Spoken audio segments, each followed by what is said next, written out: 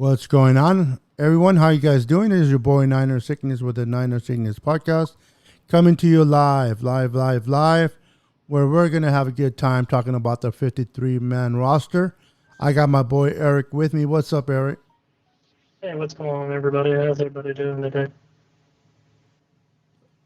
So we're gonna have some fun. We're gonna talk some football. We're gonna break down the roster, the 53-man roster that the Niners went with. We're gonna break it down by position. We're gonna give you our take on the players that the Niners chose with. A lot of the cuts that were cut were not as surprising. Some of them might have surprised me, but not many. We have a solid squad. We have a very good roster. So when you have such a good roster like the 49ers, truth be told, you're not going to get surprised much unless they cut a vet like Bosa, and then you're going to be blown out of the water. But other than that, nothing really catches you off guard. So how you want to start this up, Eric? Well, first of all, is there any surprises as far as these players that you would have thought? If was there one key player that you possibly thought they should have made this roster that didn't?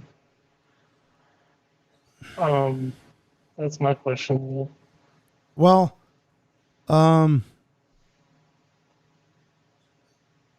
mean, my thoughts are if it wasn't the COVID-19 problem that we're dealing with right now, the truth is, who did Beathard knock out? Because we don't need three quarterbacks, we only need two, Jimmy and Mullins. So my question is, to add to your question, is who did Beathard, because he has to be on the roster because of the COVID-19, who missed out? Now, with that said, any of the undrafted rookies like Hasty, I don't know if I would have taken him over Beathard right now. I know he can go on to the practice squad. So really, there's not really a player they got cut that I'm like, man, why did they cut him? I think that pretty much everybody got cut wasn't really going to make the team. The only one that probably surprised me was Mabin, maybe the safety, or Cyprian. That's kind of a little bit of a surprise. But other than that, no surprises. What about you, Eric? Well, yeah, I was going to say that Seaburn was kind of a surprise cut because he kind of balled out. I thought he balled out in off season as far as since he's been around. But I think the experience factor in our system is what really dictated why we went where we did. And nothing. Marcel Harris is a good player as far as for backup and depth. So I don't disagree with it, but no, it'd have been nice to see him get opportunities. Yeah, I agree. How do you feel with the running back? So, you know what? As we go by position, we'll give our points on the players. Like, so the quarterbacks, we have Jimmy G, Nick Mullins, and Beathard. So now moving on to the running backs. How many running backs did we keep? 4 or 5? We kept 5. Okay. Mostert, Juice, Coleman, McKinnon, and Wilson. Okay, so this will be the first year that Wilson Jr. wasn't cut and brought back to the practice squad and eventually brought onto the team. This year, he actually made the 53-man squad, which congratulations to him as far as he's come. I heard the last practice he nailed like 4 touchdowns, man. So it's hard to let go of someone like that.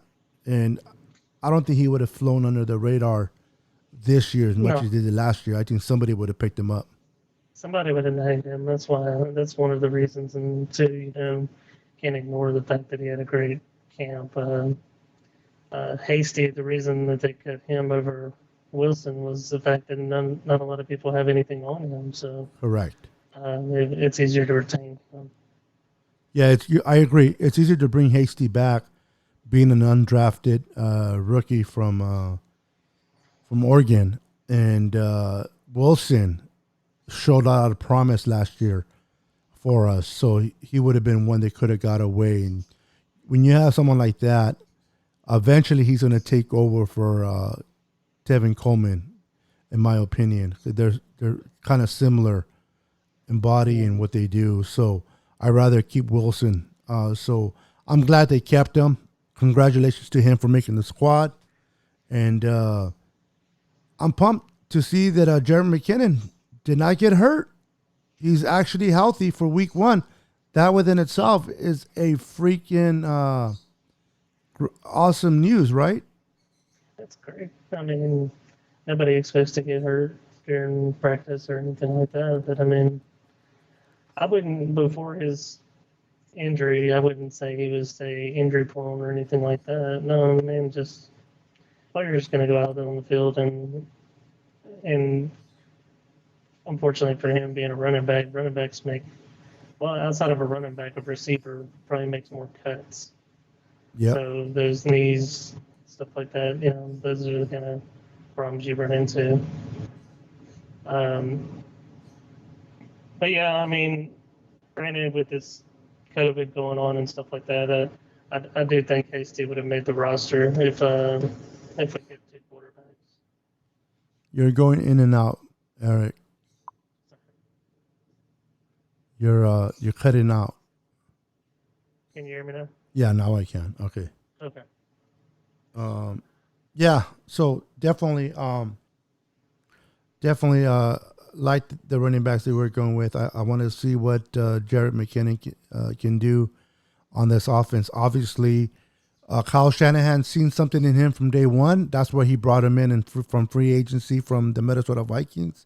Unfortunately for him, he got hurt his first year in camp with us, and then last year he wasn't completely healed and couldn't really make his cuts and move. So he seems to be very, very healthy this year. He definitely wants to show the Niner faithful that he is the guy that needs to be on this roster. So hopefully we have a great year from him, but only time will tell. I'm definitely looking forward to see what he does against Arizona. Yeah, I hope he has a good game against Arizona. I do think it's going to be more of a passing game than a running game against Arizona. So, that being said, having him on the field would be great. Yeah, definitely having him on the field would be great. I agree 100%. So moving on to the receiver, do you have the list in front of you? I do. Go ahead and want to name them. Deebo Samuel, Kendrick Bourne, Brandon Ayuk, Trent Taylor, Dante Pettis, and Richie James. So we went with 6 instead of 7. That was the shocker for me too. I thought we would have carried 7 receivers. Now that 7 spot, which receiver you thought should have made the team? That didn't. I thought Penn Dexter would have been the one that was showing a good camp. He was a shocker. Yeah, he was a strong candidate. The other, not having enough time to really show us, but more or less somebody in the special teams. Before Austin got hurt, I guess he would have been that 7th person, but just for special teams. But Jennings could have been a candidate, maybe. I don't know if they've seen enough. Not having a preseason really hurt some of these young players coming in. Yeah. Real quick, let me just say hi to some of the viewers. What's up, Felix? Welcome to the show, Brent. Josine, welcome. Vinny, welcome. Ismael Ortiz, welcome. You guys, welcome to the show. Ed Dominguez, how you doing, brother? Welcome to the show. Niner Sickness Podcast. Nathaniel just woke up. You woke up the bear.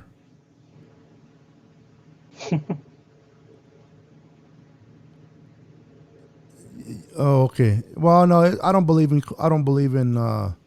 crap like that, Nate. So, McKinnon is due to have a good year.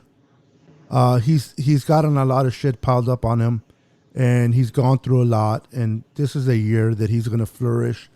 Well, I don't know about flourish, but should be the year that he goes without injury. What he does with it, it's totally up to him and what he shows us. But hopefully he won't get hurt. What's up, David Hernandez? Welcome to the show, brother. Welcome to the show. So, back to the receiving core. Dante Pettis, man, he somehow he got out of his head. He put his big pants on, his like to call it his big boy pants on, and decided, you know what, I'm not gonna take what Kyle Shanahan personally. I'm not gonna let his yelling at me bring me down.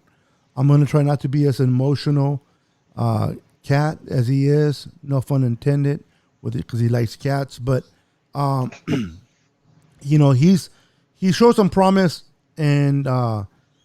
Nate's favorite part of the NFL, which is practice.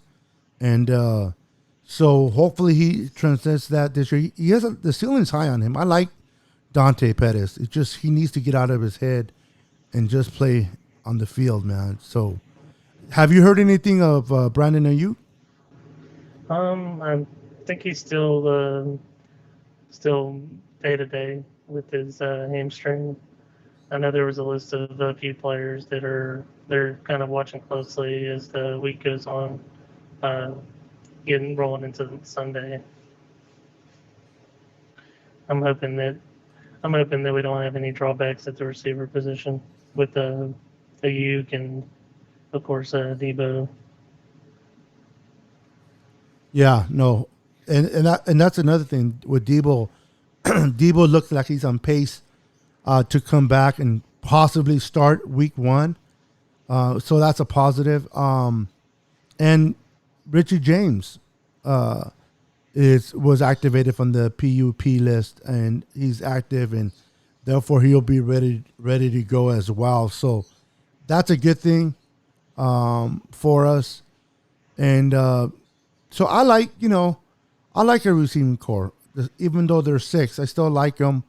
Brandon Ayuk, Deebo Samuel, Kendrick Bourne, Trent Taylor. Trent Taylor is one that I'm particularly interested to see what he does.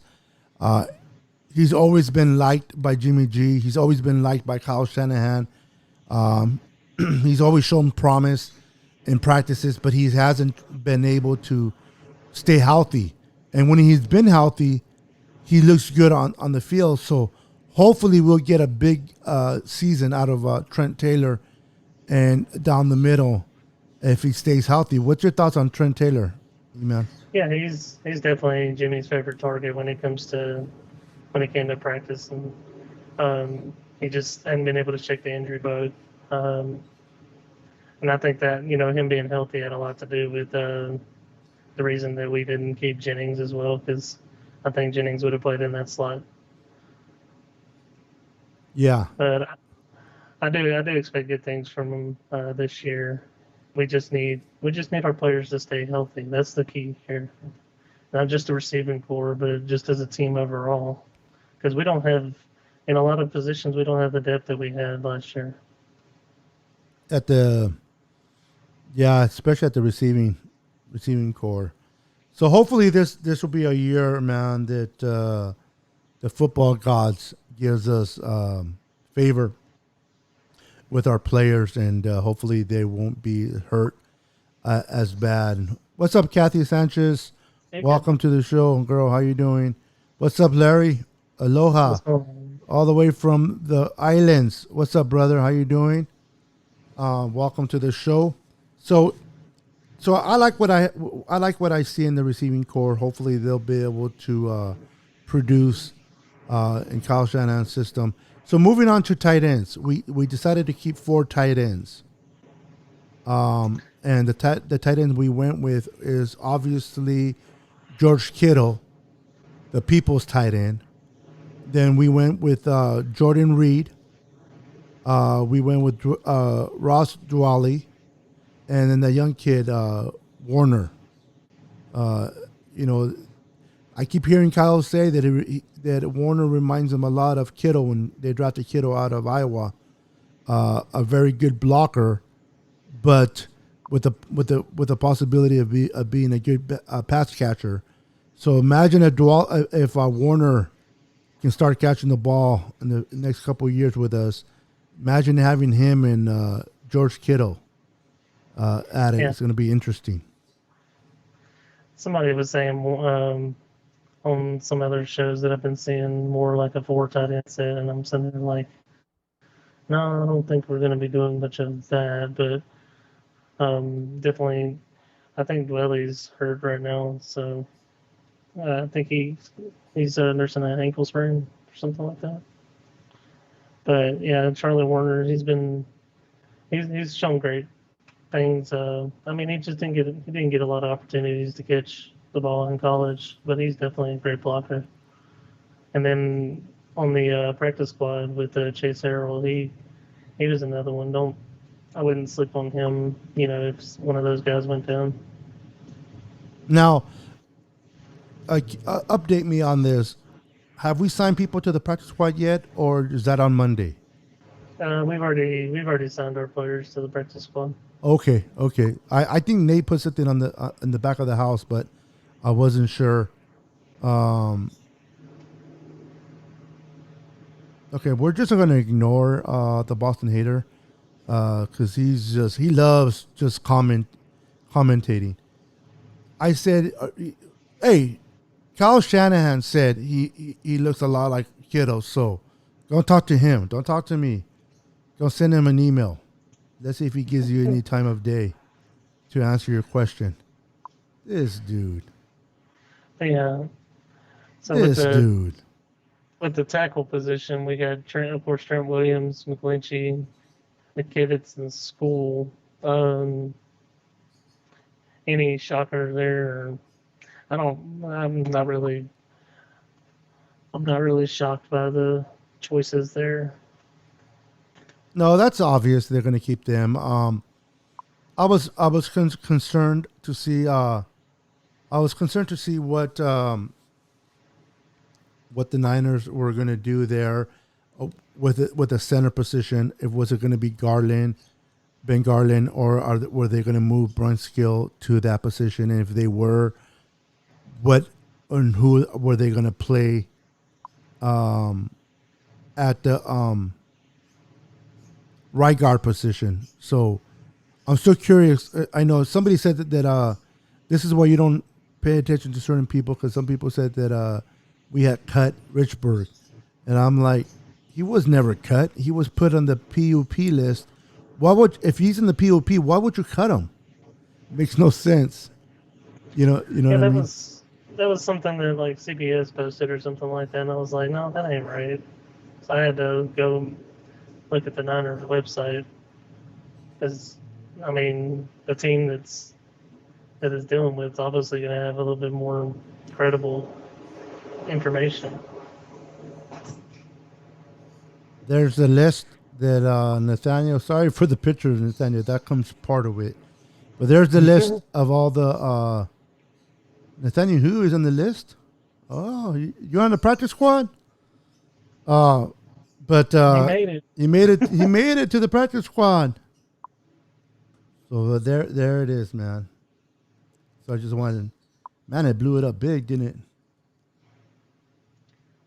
I guess Yeah, the that offensive lineman, what is it? I can't say is it Grassu or Grassu? He was a center. He played center. So, I mean, with any of these players going, looks like 3 offensive linemen. Yeah, yeah. So let's So how many offensive line did you name? With the tackle position, it's 1, 2, 3, 4 offensive tackles and 3 guards. 3 guards, of course, are Tomlinson, Brunskill, and Compton. And Ben Garland can play guard if he needs to. Okay. Which I mean, I think he's going to be playing center for a while. Yeah. which there's no shockers with any of those. I mean, we knew that, and I mean, we got flexibility with our. I mean, just because it says tackle doesn't necessarily mean these players can play tackle. They can play guard inside too, like McKivitz or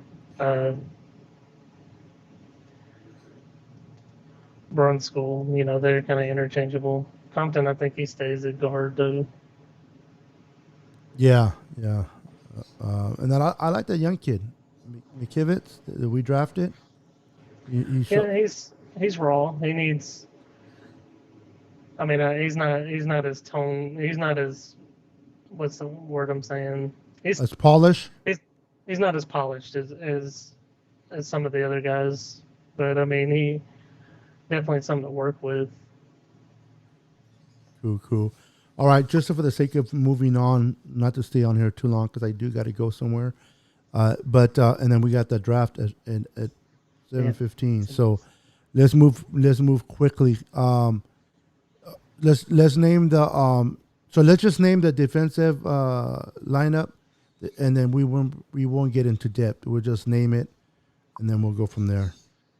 Okay, so we got Nick Bosa, Dee Ford, Eric Armstead, Javon Kinlaw, DJ Jones, Solomon Thomas, Kevin Givens, Kerry Hyder Jr., and Kentavious Street. Those are the defensive linemen. I like the idea that Kevin Givens made it. I liked him from day one. He just was really raw the last few years, and this time he actually made the 53 man. So kudos for him. It sucks though that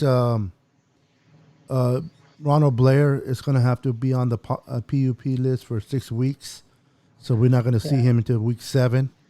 I think Hyder will be the casualty there. Either Hyder or Street will get cut whenever he comes back. Yeah, so they're going to be auditioning for 6 weeks. So when their number is called, if their number is called, they better step up and do something, because if whoever gets cut is going to deserve to get cut.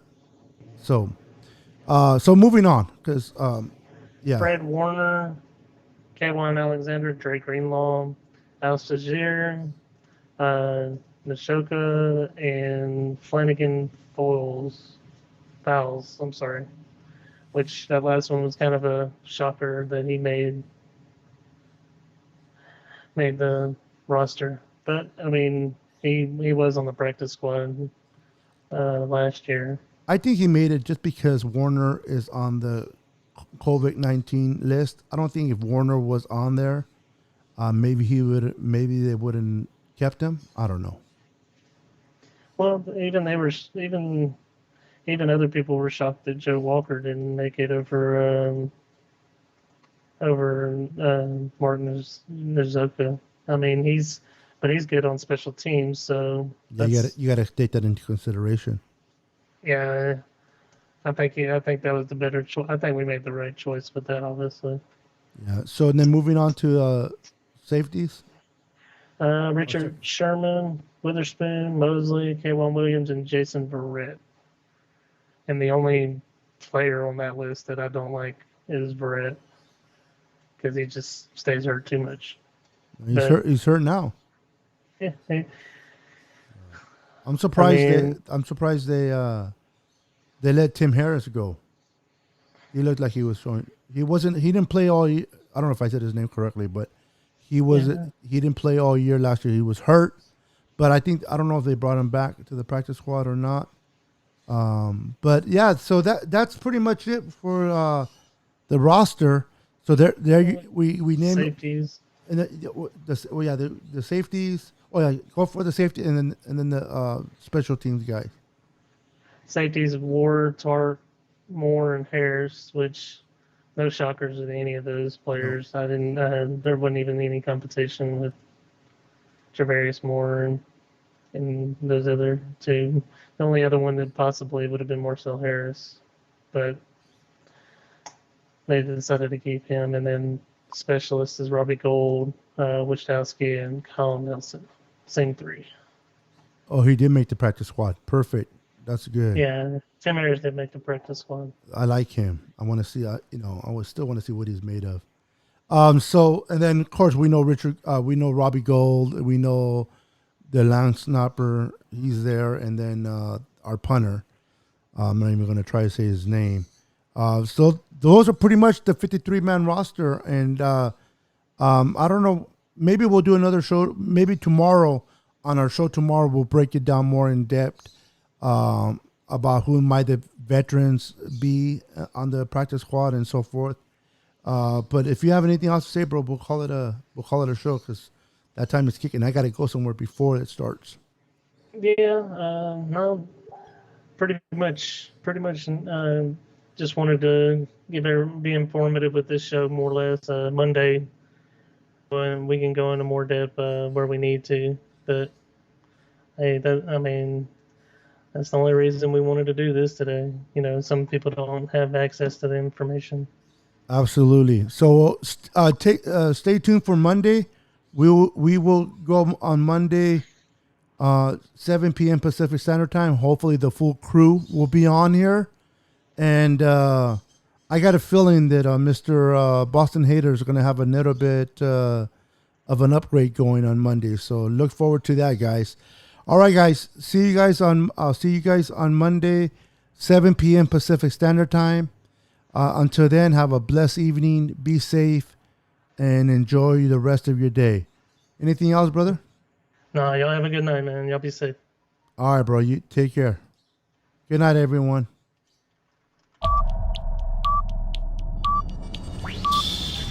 Ten.